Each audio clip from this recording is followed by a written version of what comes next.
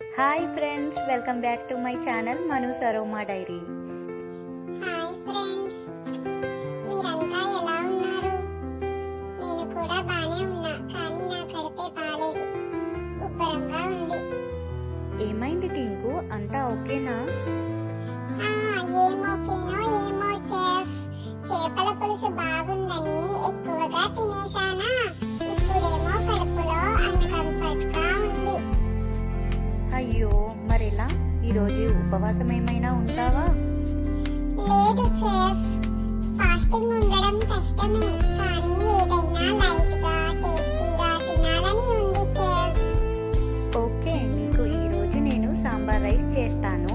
అది చాలా light, tasty and హెల్తీగా ఉంటుంది అండ్ క్విక్గా అయిపోతుంది. 2 minutes మ్యాగీ లానా చెఫ్? మరి 2 minutesలో కాదు, కానీ ఒక 20 minutesలో అయిపోతుంది.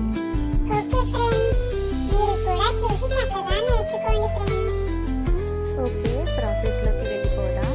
ఒక ఆనియన్, ఒక టమాటో, పచ్చిమిర్చి తీసుకొని కట్ చేసుకోవాలి. తర్వాత కుక్కర్ తీసుకొని 1 cup రైస్, 1 cup కందిపప్పు, కుదిరితే 1/2 cup పెసరపప్పు తీసుకొని శుభ్రంగా కడుక్కోవాలి. అందులో కట్ చేసి పెట్టుకున్న ఉల్లిపాయలు, టమాటోస్, పుదీనా, పసుపు వేసుకొని 4 cups వాటర్ యాడ్ చేసుకోవాలి.